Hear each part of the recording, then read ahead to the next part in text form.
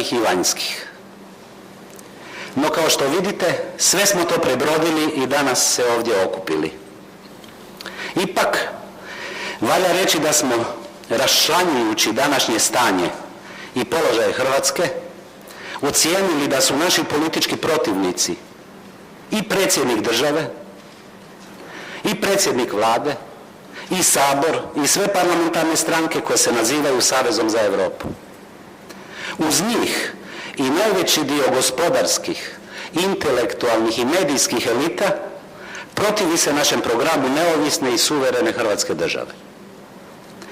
Zbog takvog odnosa snaga, zbog tako brojnih i moćnih protivnika u samoj zemlji, da ne spominjem one u inozemstvu, bili smo svjesni da moramo okupiti sve one u Hrvatskoj koji u ratu izborenu suverenu državu, priznatu od Svjetske organizacije naroda, od svih država svijeta, smatraju najvećom vrijednošću u cjelokupnoj našoj povijesti. S tim ciljem obavljeno je mnoštvo razgovora. Osobno sam razgovarao više puta s ljudima srodnih nastojanja i vođama udruga i stranaka sličnog programa. Evo, tu je gospodin Valek iz Hrvatskog zvona, on zna koliko puta sam samo s njim razgovarao. Uz ime stranke Jedino Hrvatska dodali smo određenje Pokret za Hrvatsku samo zato da moguća različita idejna usmjerenja ne bi bila smetnja zajedničkom okupljanju i zajedničkom izlasku na izbore. Usprkos svemu, u tom poslu nismo uspjeli. Dapače, doživjeli smo rastrojstvene poteze nekih naših članova, a u medijima je čak objavljeno da je iz Jedino Hrvatske istupila stranka koja nam nikad nije ni pristupila. Moram reći da smo bili svjesni kako je naš program za neovisnu i suverenu Hrvatsku državu prava zapreka onima koji Hrvatsku vide u drukčijim državnopravnim okvirima i u gospodarskom položaju posve različitom od suverenog. Stoga smo rastrojstvena djelovanja i očekivali. Toliko o tome. Zašto je uopće nastala stranka Jedino Hrvatska, Pokret za Hrvatsku?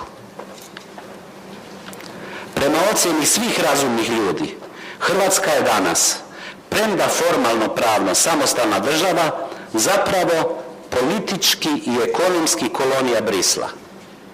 Taj žalosni podanički položaj uspostavljen je 7-godišnjom vladavinom predsjednika Mesića, 6-člane koalicije i potom Hrvatske demokratske zajednice, dakle Račanove i Sanaderove vlade. Dva su ključna razloga koja su okupila državotvorne udruge. Stranke i pojedince u stranku Jedino Hrvatska. Prvi je državnopravne ili bolje rečeno državno-statusne, a drugi ekonomske naravi. Što se tiče prvog državno-statusnog razloga, zvona za uzbunu zazvonila su još 24. studenog godine 2000. kad su na takozvanom zapadno-balkanskom ili zagrebačkom sastanku na vrhu šefova država i vlada Europske unije Mesić i Račan potpisali i pristali da se Hrvatska vrati u balkanske okvire iz kojih je izašla u to doba tek prije 5 godina uz teška ratna stradanja i žrtve. Tada se Hrvatskoj odredilo da sa državama bivše Jugoslavije i Albanijom, a bez Slovenije, dakle područjem koje se u Europskoj uniji službeno naziva Zapadnim Balkanom, da sa tim državama mora voditi politički dijalog, uspostaviti regionalno područje slobodne trgovine, te blisko surađivati na području pravosuđa i unutarnjih poslova. Već 6 mjeseci kasnije Hrvatska je vlada prihvatila sporazum o stabilizaciji i pridruživanju koji je posve različit od sporazuma kakve je s Europskom unijom prethodno imalo 10 tranzicijskih država koje su ušle 2004. U tom se sporazumu, parafiranom 14. svibnja godine 2001.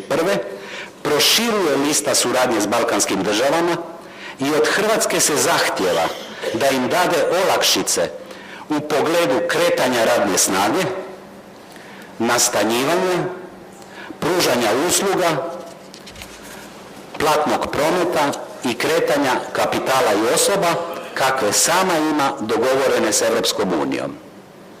Tako se dogodilo da je Hrvatska s tim državama morala ukinuti vize, a Europska unija tako što ni ne pomišlja.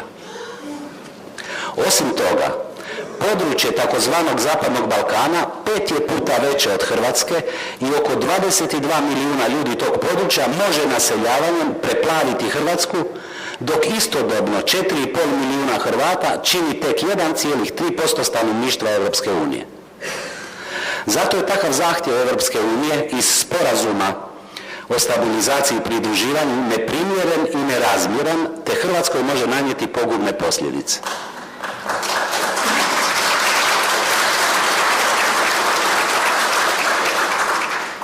U sporazumu o stabilizaciji i pridruživanju Hrvatska je pristala prenijeti važne dijelove državne suverenosti u ruke predstavnika međunarodne zajednice, a da pritom nije član te zajednice. Tako član 12. Sporazuma o stabilizaciji i pridruživanju govori o stvaranju zajedničkog tržišta i pokazuje da Hrvatska više ne može suvereno odlučivati u vanjskoj politici, te određuje zajedničke balkanske institucionalne veze koje se lako mogu ujediniti u jedinstvenu strukturu. Između ostalog, taj član kaže: spremnost Hrvatske da s balkanskim državama sklopi odgovarajuće konvencije bit će uvjet za daljnji razvoj odnosa između Hrvatske i Europske unije. Ne za pristup Hrvatske Europskoj uniji, nego za daljnji razvoj odnosa Hrvatske i Europske unije. Znači, tu nema nikakvog obećanja.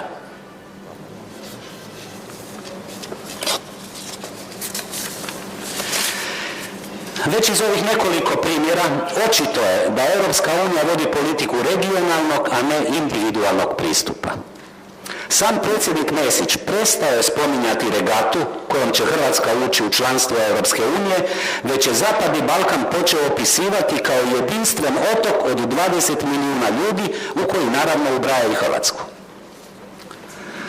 U međuvremenu je